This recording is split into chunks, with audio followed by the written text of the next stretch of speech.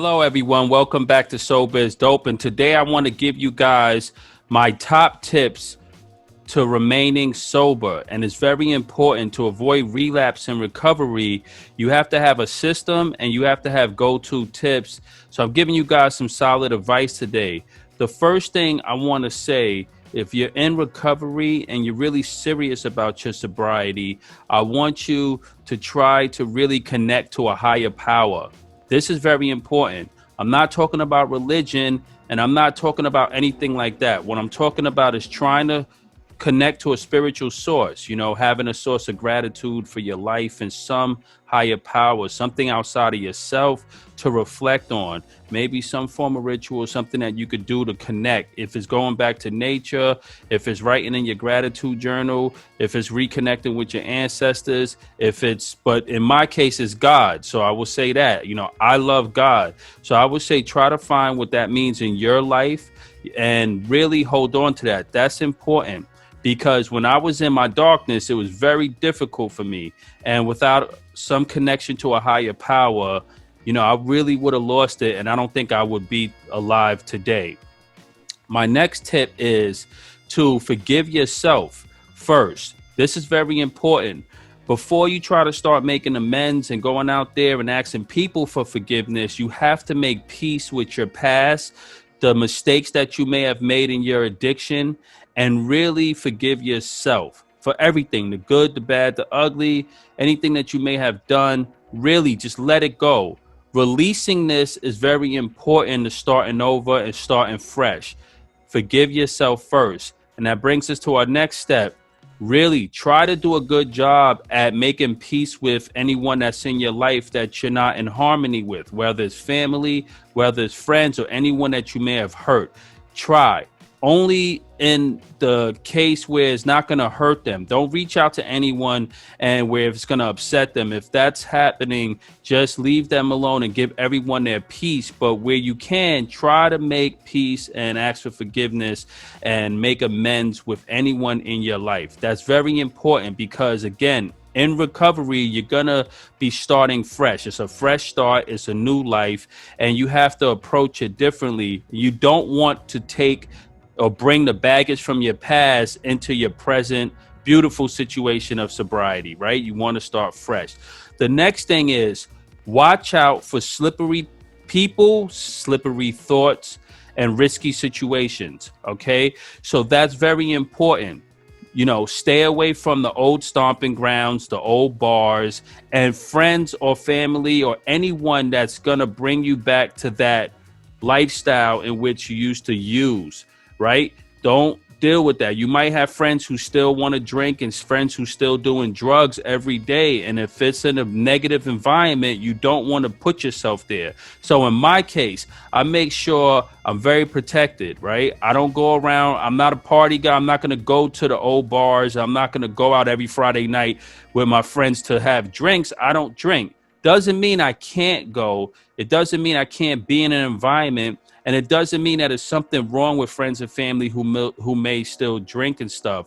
But I have to watch it. And I want you to watch it. Make sure you're very careful who you hang with, where you hang, and the thoughts that you have. Ladies and gentlemen, I want to give you some real good value here.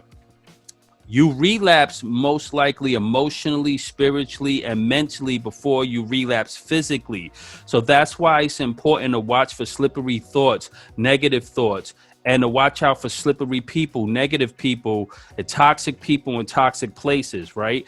Because you don't want to get back to an emotional, vulnerable state, which could leave you open to a potential relapse. That's very, very, very important. My next tip is to build a solid support system. You don't need a group of people. You may need one person in your life. It could be one person, a family member, a friend. It could be a group of people, but find some form of support. Maybe a mentor, maybe a family member, someone that you could confide in case things get too difficult. This is so important. There's going to be challenges on your road to recovery, and you want to be able to connect with people in a positive way, someone that you could really trust. So build a support system. The next thing I want to talk about is the importance of having a peer group or some type of support group. This could be Alcoholic Anonymous. This is very important. But you could also go to church. You could have a church group. You could have some form of support group. It could be a counseling group. It could be some type of group within a rehabilitative state. It could be any form of group or peer group, but a place where you could get around other people who are in your situation, at where you guys could share ideas and thoughts, right? So definitely try to find a support group. My favorite support group when it comes to alcohol is Alcohol Anonymous, because it's very, very important. And there's a beautiful community there. It's going to be a non-judgmental place where you could go and share your story and get resources and stuff. And I'll leave that there. Another thing is stress management. This is my biggest tip. Ladies and gentlemen, addiction and mental health, they're one and the same, right? So ideas like anxiety, depression, anxiousness, and stuff like that is going to be a real reality in recovery, right? So you want to have ways to manage your stress, and stress management is so important, ladies and gentlemen. Okay. For me, I pray, I use meditation, I exercise, I take long walks, I take nice hot showers, I make sure I get a lot of rest, and I keep myself in a productive environment, because this helps minimize and manage my stress, right? So I would say look up a mindfulness meditation. You could go online. We have videos on the Sober is Dope channel where you could really connect with mindfulness music, meditation music, relaxation music, listen to healing sounds, really just find a way to de-stress. Take long walks. Studies suggest and show that the brain really likes space and long walks and being in nature, breathing, connecting back to a natural environment.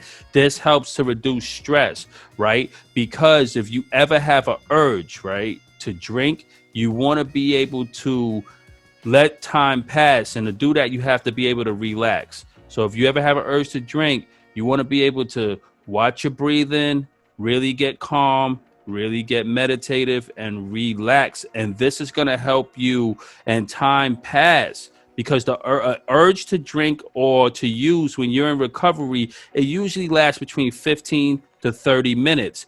So you want to have techniques and to reduce the stress that causes these urges in place. So for me, I'll pray, I'll take a long walk, I'll meditate, I'll do some light exercises, I'll do anything I can to help reduce the stress so I could get back to a productive lifestyle where I'm thinking properly, moving properly, and living properly. Okay. My next thing is have fun, ladies and gentlemen. This is important. Sobriety is not a life sentence of suck, right? You're not going to suck. You're going to actually be much better. You're going to look better, feel better, and you're going to have more energy in your recovery. So go out there and have fun. Doesn't mean you have to go to bars. Doesn't mean you have to go to places where you could potentially relapse or be vulnerable. But make the most out of it. Stay productive and have fun, and surround yourself with people which you could party and have fun with, where it's not just about alcohol and drugs, right? My most important tip before I go, ladies and gentlemen, is creativity and staying busy. This is so important. Staying busy, having something that you're passionate about. Recovery is going to give you a lot of free money, because you're going to save money. You're not going to be spending it on drugs and alcohol all day or cigarettes, right? I saved to date almost close to $30,000 from not just smoking cigarettes and buying alcohol, right? Probably more, but I saved a lot of money. And then you could put a lot of that money into your passion, your dream. You could start a clothing company like Sober is Dope. You could start a podcast like Sober is Dope. You could start a drop shipping company. You could take that course that you always wanted to take. You could go back to school. You could teach yourself something. You could learn a new language. Find something that you're passionate about and go all in, because they say busy tames the beast. And that's so true, ladies and gentlemen. I stay busy, but just not shooting in the dark. What I do is I find things that I'm really passionate about, and I really try to be productive, and I stay creative. And every time I get a little bored, I remind myself there's something I could be doing, whether that's working on a book, working on a podcast, exercising, writing some music, studying, meditating, taking a nice nap, visiting a family member, writing a letter. There's always something you could be doing. So when you get bored, you want to avoid that. Boredom is one of the gateways to relapse. You don't want to stay bored. So you want to watch that. And the way you do that is you stay creative. You find something that you love to do and you go all in and you excel. These are some of my tips, ladies and gentlemen, I use to maintain my sobriety. And before I go, I'm going to give you the most important nugget I could give you guys. How to stay sober. You have to remember the darkness. Don't forget the darkness of your addiction. Too many people get really comfortable in their sobriety. You start to feel really powerful and strong, and then you feel like you can handle it. You may be able to handle a drink. These are lies. Alcohol is insidious. It'll play with your mind. So you have to really remember the darkness. Remember how it all started. Remember your lowest point. Never forget it. I always say, be like the elephant. The elephant has the perfect memory. They don't forget anything for many generations. They have great memories. I want you to have a perfect memory when it comes to the darkness of your addiction. Don't sleep on it. Because the day you play with that and relapse, you're going to go right back to that day, that darkness, right? I don't care if you got 50 years. It never fails. We see it in our practice all the time. We talk to someone who has a lot of time, and then they just one day just somehow forget everything they learned and they give in and they think they can handle it. And then it just hits them so hard. And then that follows with so much guilt, so much shame, so much embarrassment. We're going to talk more about relapse later, but the purpose of this episode is to give you tips so you never have to go there. We don't want you to relapse. We want you to stay in recovery, not relapse. And the way you do that is you have to have a code. You have to have a system, and you have to have tips and strategies that you could go to when things get rough.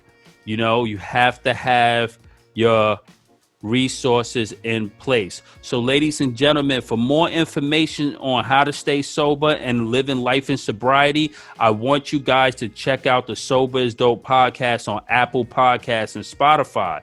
That's where we have about 200 plus episodes all about recovery. But in the meantime, don't forget to subscribe and hit the notification bell so you guys can get updates of videos that I'm going to drop for you that's going to help you on your recovery journey. Remember, you made the best decision of your life, so don't be afraid. Don't overthink it. Keep it simple, stupid, and you'll win. You're listening to Sober is Dope. I'm Pop Buchanan. I love you all. Good luck, and I'll catch you soon. Thanks.